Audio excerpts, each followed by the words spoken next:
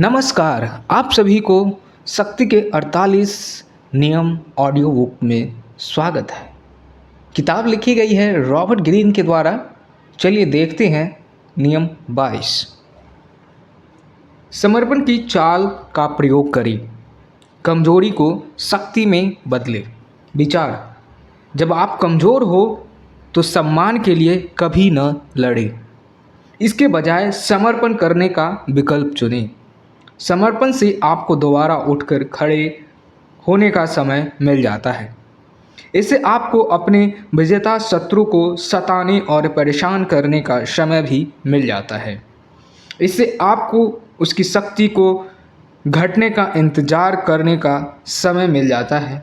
उसे युद्ध में जीतने ना दें, इससे पहले ही उसके सामने समर्पण कर दें। दूसरा गाल आगे करके आप उसे परेशान और विचलित कर देते हैं। समर्पण का प्रयोग शक्ति के औजार के रूप में करें। जब बड़ा जमींदार गुजरता है तो समझदार देहाती बहुत नीचे झुक जाता है और चुपचाप हवा निकाल देता है। इथोपिया की कहावत। शक्ति की कुंजी। शक्ति के क्षेत्र में हम अक्सर इस कारण का मुश्किल में फंस जाते हैं क्योंकि हम अपने दुश्मनों को चालों पर ज़रूरत से ज़्यादा प्रतिक्रिया कर देते हैं। इस अति प्रतिक्रिया की वजह से ऐसी समस्याएं उत्पन्न होती हैं जिनसे हम बच सकते थे। इसकी उतनी ही तीव्र प्रतिक्रिया भी होती है क्योंकि तब हमारा दुश्मन भी अति प्रतिक्रिया करता है। हमारा पहली इच्छा हमेशा प्रतिक्रिया करने की होती है।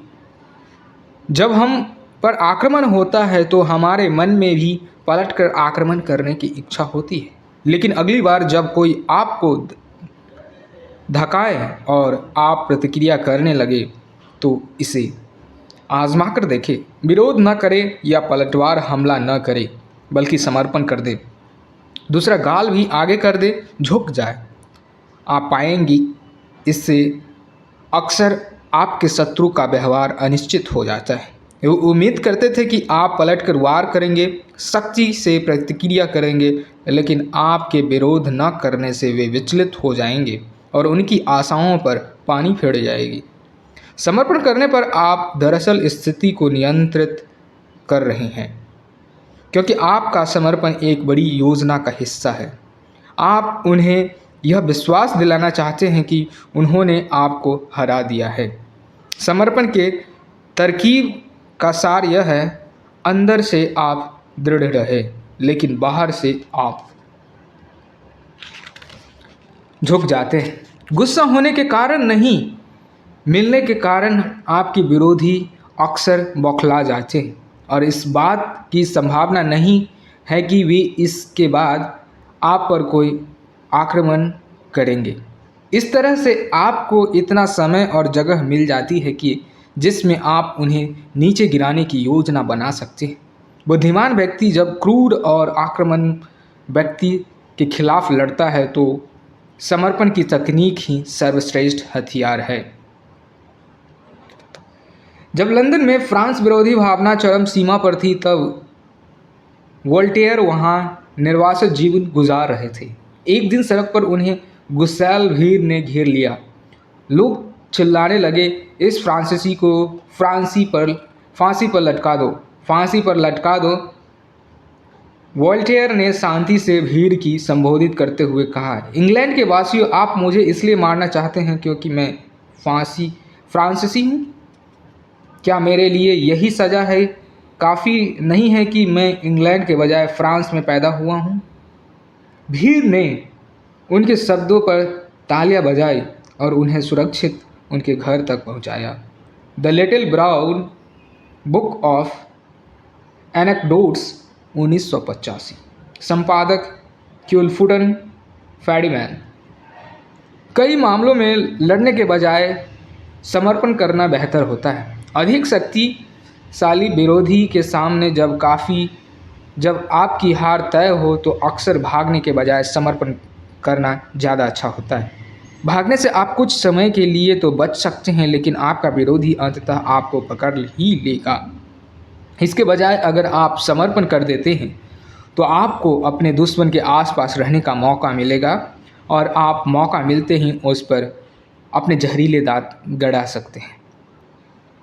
473 ईसा पूर्व में प्राचीन चीन के फूजियों के युद्ध में वू के शासक यू के राजा यूजियन को बुरी तरह हरा दिया। गुजियन भागना चाहता था, लेकिन उसके सलाहकार ने उसे यह सलाह दी कि वह समर्पण कर दे और वू के शासक की सेवा करे, ताकि वह सोच विचार करके बदला लेने की योजना बना सके। उसकी सलाह पर अमल करते हुए गुजिन ने वू के शासक को अपनी सारी संपत्ति दे दी और राजा के अस्तबल में सेवक का काम करने लगे। 3 साल बाद वह वू के शासक के सामने झुकता रहा। आखिरकार वू के शासक को उसकी वफादारी पर भरोसा हो गया और उसने उसे घर लौटने की इजाज़त दे दी। बहरहाल गुजियन ने इन 3 सालों में बहुत सी जानकारी इकट्ठी कर ली थी और बदले की योजना बना ली थी। जब वो राज्यों में भयंकर सूखा पड़ा और आंतरिक उथल पुथल के कारण राज्य कमज़ोर पड़ गया, तो गुजियन ने सेना इकट्ठी की और वू पर हमला करके उसे आसानी से जीत लिया। समर्पण में शक्ति होती है, इससे आपको ज़बरदस्त प्रतिरोध की योजना बनाने का समय मिल जाता है। अगर गुजियन भाग गया तो उसे यह मौका कभी नहीं मिलता। शक्ति हमेशा परिवर्तनशील होती है, चूँकि इस खेल की प्रकृति ही गतिशील और संघर्षमय है। इसीलिए शक्तिशाली लोग अंततः नीचे की तरफ आते हैं। अगर आप पाएं कि आप अस्थायी तौर पर कमज़ोर हो गए हैं तो दोबारा शक्तिशाली बनने के लिए समर्पण की तकनीक आदर्श है। यह तकनीक आपकी महत्वाकांक्षा को छिपा देती है।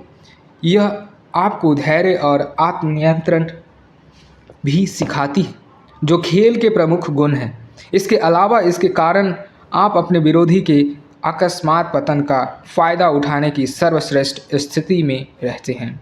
अगर आप भाग जाते हैं या पलटकर लड़ते हैं तो लंबे समय में आप नहीं जीत सकते।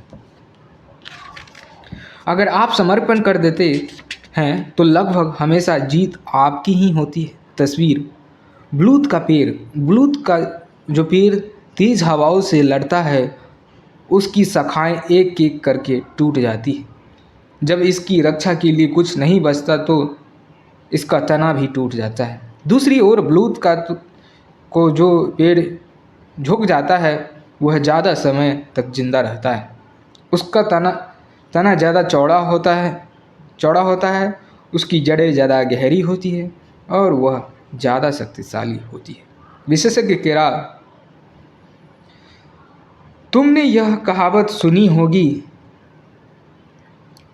आँख के बदले आँख, दांत के बदले दांत। लेकिन मैं तो इससे कहता हूँ कि तुम बुराई का प्रतिरोध मत करो, बल्कि जो तुम्हारे दाएं गाल पर मारे उसकी तरफ बायां गाल भी कर दो। और अगर कोई आदमी तुम पर मुकदमा करके तुम्हारा कोट ले ले तो तुम उसे अपना दुसाला भी दे दो।